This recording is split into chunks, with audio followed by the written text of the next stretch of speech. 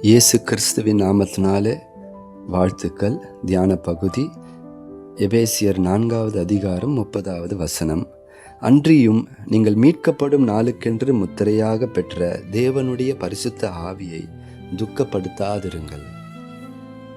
மீட்கப்படும் நாள் எப்போ வரப்போகுது அப்படின்னா, இயேசு வரும்பொழுது நம்ம எடுத்துக்கொள்ளப்படுகிற நாள், அதான் மீட்பின் நாள்.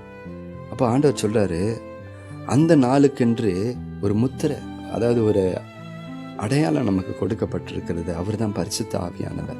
அவர் இல்லாமல், அந்த சீல் இல்லாமல் அந்த நாளில் நம்ம எடுத்துக்கொள்ளப்பட முடியாது. ஆகையினால அந்த சீல், அதாவது ஒரு உதாரணமாக சொன்னோம் அப்படின்னா, ஒரு ஃப்ளைட்டுக்கு போகிறவங்களுக்கு எப்படி ஒரு ஏர் டிக்கெட் முக்கியமோ, ஒரு பாஸ்போர்ட் முக்கியமோ, அப்படி போல் நம்ம அந்த பரலோக பிரயாணத்துக்கு இந்த பரிசுத்த ஆவியானவருடைய அந்த முத்திரை நமக்கு வேணும். அது அவ்வளோ முக்கியம்.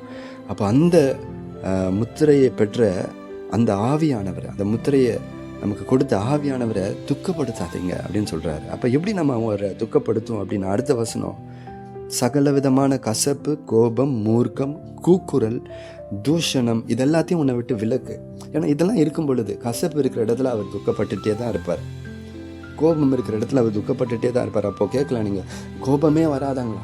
கோபம் வரும். அப்போ என்ன பண்ணுங்க, உடனே அதை டீல் பண்ணுங்க. உங்கள் கோபம் சூரியன் அஸ்தமிக்கிறது முன்னே அதை தணிஞ்சு போயிடணும். அப்படி இல்லை அப்படின்னா வேறு எதுவுமே இல்லை. இங்கே வேறு என்ன இருக்குது? வேறு வசனம் இல்லையே.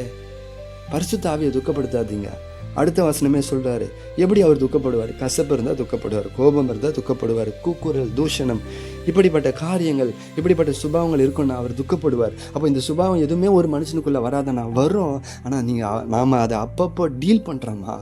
ஆண்டவருடைய சமூகத்தில் போய், ஆண்டவர் எனக்கு இது வேண்டாம், ஆண்டவரே இந்த கசப்பு வேண்டாம், இந்த கோபம் வேண்டாம் அப்படின்னு சொல்லி அவர்கிட்ட போய் நீங்கள் துக்கப்படுவீங்கனால் ஆண்டவர் உதவி செய்வார். அடுத்த வசனம் சொல்லுகிறது, ஒருவருக்கொருவர் தயவாயும் மன உருக்கமாயும் இருந்து. அப்போ கொஞ்சம் தயவா இருங்களாம்ப்பா. ஏன்ப்பா ஒருத்தர் கடித்து பச்சித்து கொள்கிறீர்கள்? கொஞ்சம் தயவா இருங்களேன். ஆண்டவர் நம்மளை பார்த்து கேட்குறார், நம்முடைய உள்ளத்தில் பேசுகிறார். கொஞ்சம் தயவா இருங்களேன். ரோட்டில் நம்ம போயிட்டுருக்குறோம், ஒரு பிச்சைக்காரன், ஒரு ஏழையை பார்க்குற ஒரு பிச்சைக்காரனை பார்க்குறோம், அவன் மேலே தயவு பாராட்டுறோம். அந்த தயவு இல்லைங்க, இது உங்கள் சகோதரன் மேலே, உங்க கூட இருக்கிறாங்க, கொஞ்சம் சகோதரி மேலே கொஞ்சம் தயவாக இருங்க, மன உருக்கமாக இருங்க. இருந்து என்ன சொல்கிறாருன்னா, கிறிஸ்து தேவன் உங்களுக்கு மன்னித்தது போல நீங்கள் ஏன் ஒருத்தருக்கு ஒருத்தர் மன்னிக்க முடியாதா? மன்னிச்சிருங்களேன். மன்னிக்கும் பொழுது என்ன நடக்கும் அப்படின்னா, அடுத்த அதிகாரத்தினுடைய முதல் வசனம், ஆதலால் நீங்கள் பிரியமான பிள்ளைகளைப் போல தேவனை பின்பற்றுகளாகி. நம்ம இதை செய்யும் பொழுதுல நம்ம ஆண்டவருடைய பிள்ளைகள், கர்த்தருடைய பிள்ளைகள் என்ற அடையாளத்தை உடையவர்களாக இருக்கிறோம். ஆமாம், கரெக்டு. இதை நான் செய்யும் பொழுது நம்மளை நாமளே ஐடென்டிஃபை பண்ணிக்கலாம். ஆமாம், நான் ஆண்டவருடைய பிள்ளை, அதனால நான் இதை செய்கிறேன், நான் இப்படி நடந்து கொள்கிறேன்.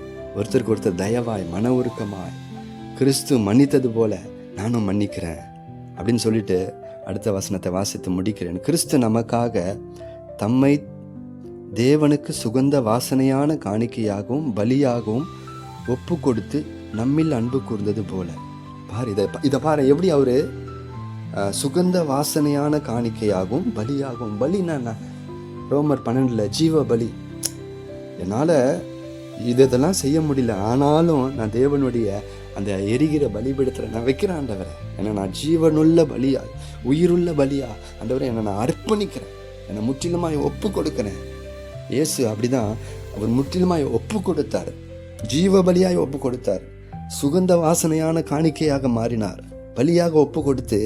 பாரு, என் அன்பு எப்படிப்பட்ட அன்பு! தன்னுடைய அன்பை நமக்கு இப்படி தான், இதை செஞ்சு தான் வெளிப்படுத்தினார். அப்போ அதை சொல்லிட்டு சொல்கிறாரு, நீங்களும் அதே போல் அந்த அன்பிலே நடந்து கொள்ளுங்கள். அப்படி செய்யும் பொழுது நீங்கள் என் பிள்ளையாக இருப்பீங்க.